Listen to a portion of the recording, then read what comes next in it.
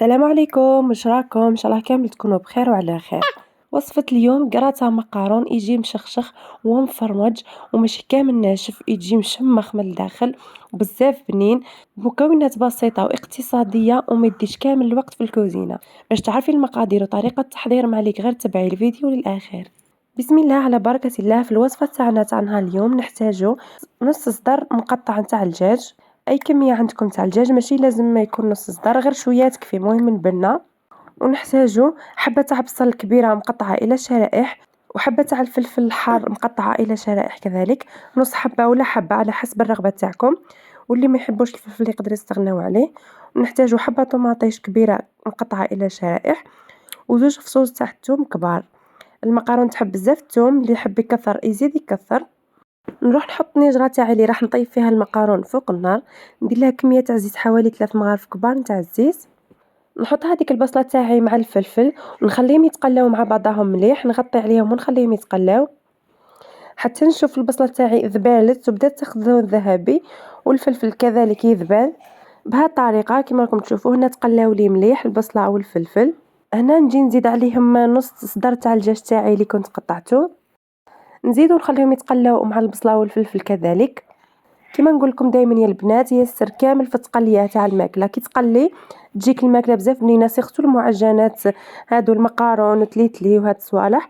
كي تقلي الصوالح كامل من البديه تجيك الماكله تاعك بنينه. انا بعد ما خليت هذاك سكالوب تقلى لي مليح مع البصل والفلفل، بدا يحمر شويه حوالي 3 دقائق هكا، نجي نضيف عليه هذيك الحبه تاع الطوماطيش المقطعه، نزيد نضيف عليه مغرف كبيره تاع طوماطيش كونسونطري، طوماطيش تاع الباطا، ونرابي عليه هذوك سنينات تاع الثوم زوج كونوا كبار. نخلط هذيك الطوماطيش مع الدجاج ونخليهم يزيدوا يتقلاو شويه باش هذيك الطوماطيش تاعنا تروح لها شويه الحماضه، والطوماطيش تاع الحبه تطلق لاصوص تاعها. نخليهم يتقلاو شويه هكا حوالي دقيقتين 3.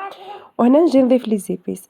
بالنسبه لي زيبيس درت مغرف صغيره نتاع الكركم، مغرف صغيره تاع الفلفل الاحمر ولا العكري، نضيف عليهم شويه تاع فلفل الكحل حوالي مغرف صغيره ولا قل شويه، ونضيف عليهم شويه تاع الكمون كذلك حوالي مغرف صغيره. هادو هما كامل لي زيبيس اللي نحتاجوهم. ونزيد نضيف الملح بلا ما ننساه اكيد. نخلط هادوك لي زيبيس كامل حتى ينسجموا فيما بعضهم، وهنا نضيف عليهم المقارون. بالنسبه للمقارون انا درت كيله تاع مقارون، يعني تكيلو خير باش تعرفوا كيف ديروا الماء. انا درت غرفيه صغيره تاع المقارون حوالي نص رطل تاع المقارون. نزيد نحرك هذيك المقارون مع الطماطيش وكامل باش تشرب لنا شويه لي زيبيس وتجينا بنينه. انا المقارون دائما نحب نطيبها بهذه الطريقه، ما نغليهاش وحدها وندير لها لاصوص، نحب نخلطها هكا باش تجيني بنينه، ونخلطها مع لي زيبيس وصوالح طيب في وسطهم باش تجي المقارون تاعي بنينه. جربوها البنات بهذه الطريقه تجي بزاف بنينه. وهنا نجي نمرق. بالنسبه للماء راح ندير 3 كيلات تاع الماء يكون سخون. ديروا 3 كيلات تاع الماء كاملين، راح طيب لكم المقارون تاعكم سوا. كي ديروا الماء حركوا هذيك المقارون باش ما تلصقش في بعضها.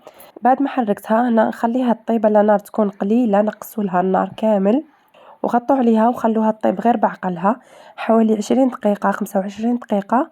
رجعوا ليها وذوقوها، الا لقيتوها طابت طفيوا عليها. انا تديلي واحد 20 دقيقه هكاك في الطياب، نطفي عليها ونخليها تريح شويه تشرب هذيك لاصوص وتجيني مجمره وبنينه. الله الله. انا نخليها طيب ونروح نحضر لاصوص بشاميل اللي راح نشرب بها المقارون تاعي باش ندخلها الفور.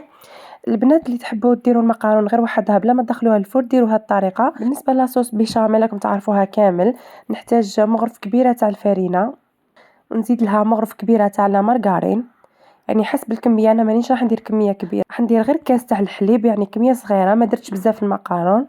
نحرك هذيك الفارينه مع المارغرين نخليهم يتحمسوا شويه فوق النار حتى الفارينه يدخلها شويه طياب، يعني حوالي دقيقتين هكا 3. بهذه الطريقه هنا بعد ما حركتها حوالي دقيقتين 3 نجي نضيف عليها الحليب.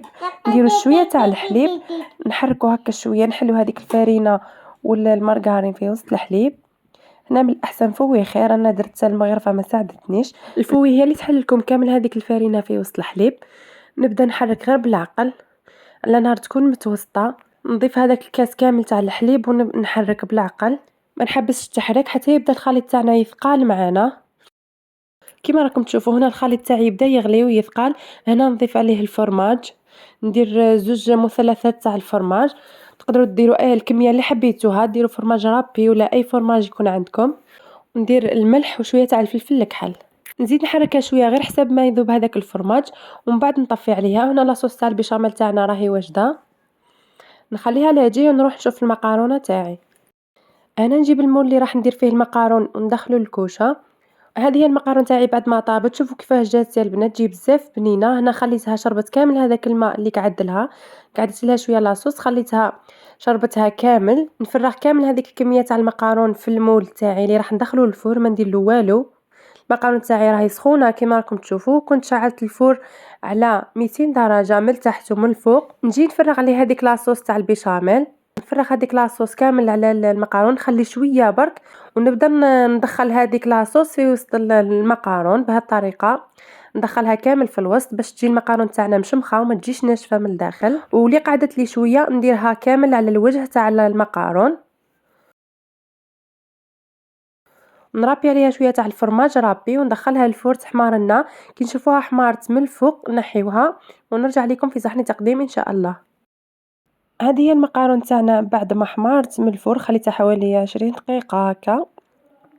كي شفتها حمارت من الفوق نحيتها، راهي سخونه مازال.